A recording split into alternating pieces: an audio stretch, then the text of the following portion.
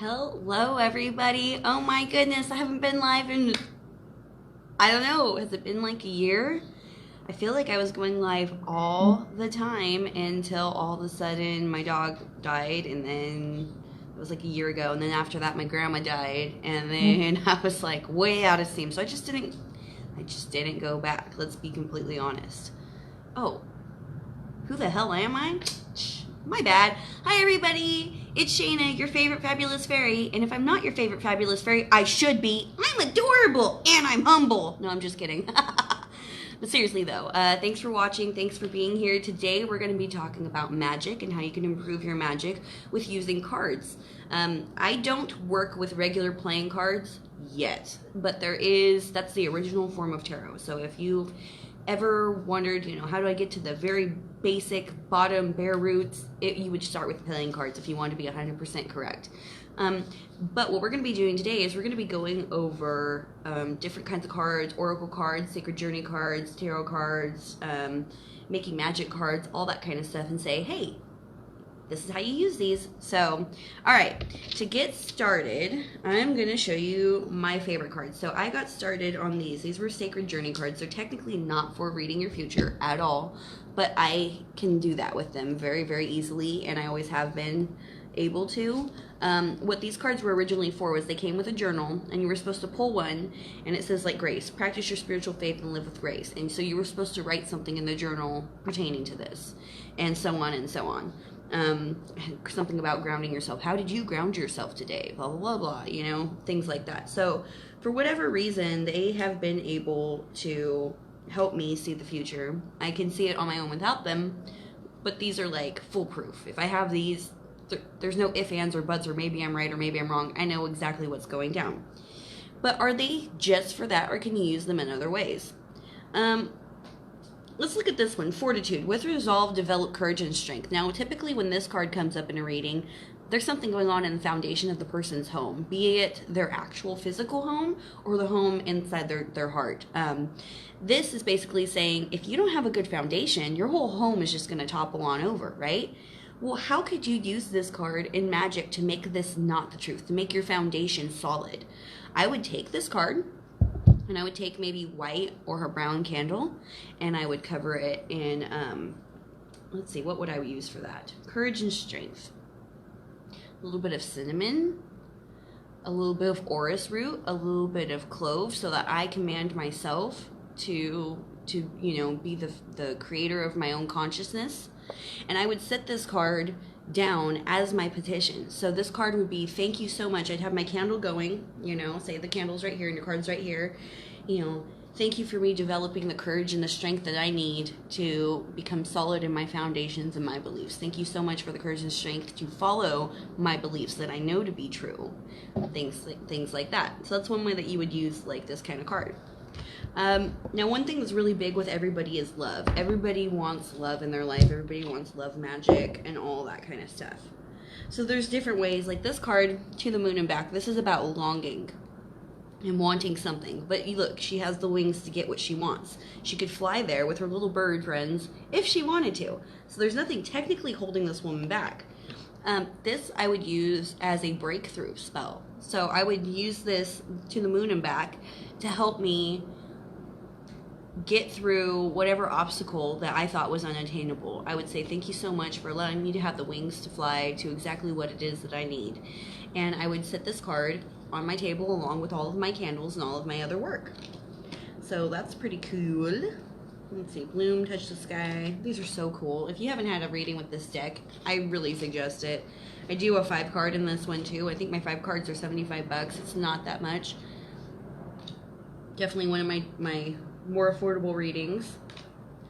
But yeah, so you would like set these up, and if you wanted to make a full petition with these, you could. So what you would do, like say you wanted to have a new partner in life, but you wanted them to be something that you've always wanted and always there for you, and just like the complete perfect partner.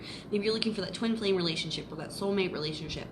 So what I would do, see a moth sitting on my broccoli, eating my broccoli. Way the fuck over there right now, bastard moth. All right, sorry. I never thought I would ever hate an insect, and then I started gardening, and now I'm like, oh my god, caterpillars are bad, snails are bad, moths are bad. I used to like protect them, and now I'm just like, go away. Pardon me as I drop a card. Okay, so what I would do if I was going to make a whole petition with these, let's see, change the seasons, a gift, and to the moon and back. Let's just take these ones right here.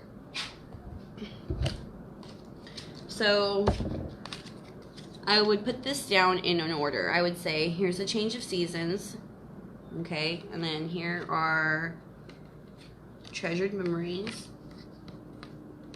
Here is to the moon and back, and here is gifts. Now this is your whole petition without having to write it down. You just like laying these cards out. So what you're asking for in this scenario would be, you want a change of season, a different partner, somebody who flows with you a little bit more kindly. You want to be able to make treasured memories with there, something that you can really, really hold on to, something that you're not going to have to pick and choose or really fight to find the good moments. You're going to be getting them all the time. You want them to love you to the moon and back. So there's the two little lovebirds right there. You want them to be the wind beneath your wings. And you want this to be a gift to both of you. You want both of you to experience the same amount of pleasure and love from this life. So just by laying these cards out in front of your candle work, you're going to be amplifying that and getting what you want. Now, I'm telling these cards in what way they're working for me, just like I would if it was an herb or anything else. I'm basically saying, look, thank you so much for working. This is going to be what you're going to do for me. Because you could take this as a million different ways. So spirits around you that know you're working are going to be listening in on what you're doing from the get-go. They really are. They're going to be like, okay, this person's about to do magic. They, they got to go to the store and get this and this and this, but they're going to be doing magic. So they're there already with you from the moment that you decide that you're going to perform an act. So placing the cards in front of you is a way of amplifying that power, saying what you want, giving a little bit more oomph to it because it comes with a picture, right? And pictures are, pictures worth 1,000 words.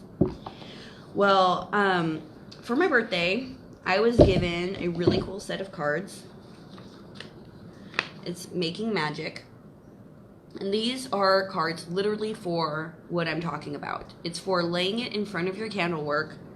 It says, use these cards to boost your spell work or carry a chosen card to achieve your goal. Lay out your cards, light a candle in front of you, and focus on your desired outcome for excellent results.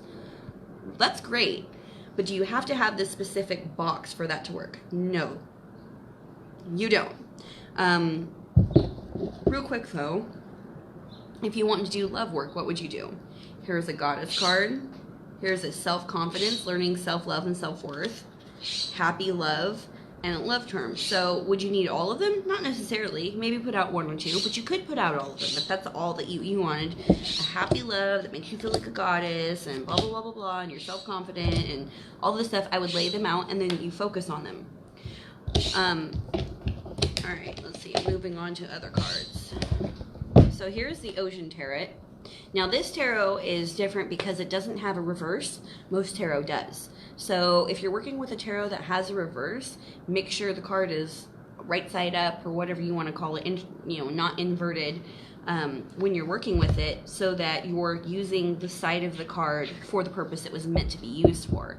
So you don't want to be using the negative side of the battery if you're trying to draw things to you. You get it? So just make sure you know what side of the card you're using. Now with these ones only have one direction. So it doesn't matter which one you have. There isn't a reverse listed in the book even. So these you're pretty safe. You're gonna know what direction to use.